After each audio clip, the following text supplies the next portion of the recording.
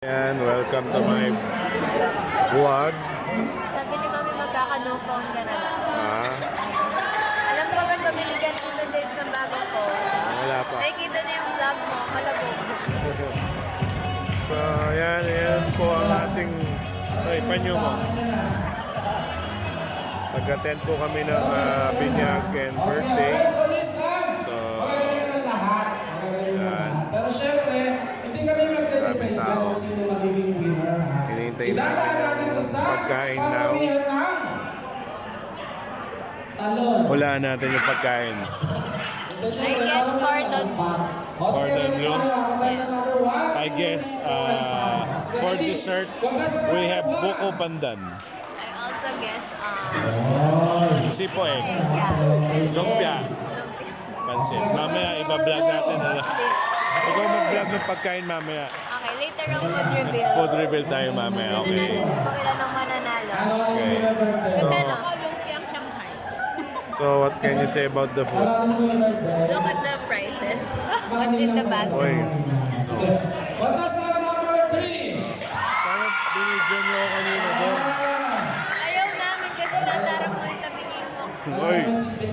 Sumano ko mo. So yan. May mga pag-games. Dami ha.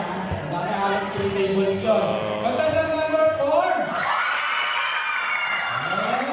So yan. Yung last, palakpakin natin. Last. Babalik din niya. What do you do for a living? Okay, na na. Dami number 4. Sige. Ay, Last. I Batasan study. number 5. Okay. Okay. So yan. Hinihintay muna namin ang matapos ng mga games nila. Right Alright, so after, this time, kailangan kakain na kami. kita-kita naman natin yung sino yung winner tatlo. So yan. Pero sad to say, guys. disqualified silang tatlo. Ang sabi ko, palakpak.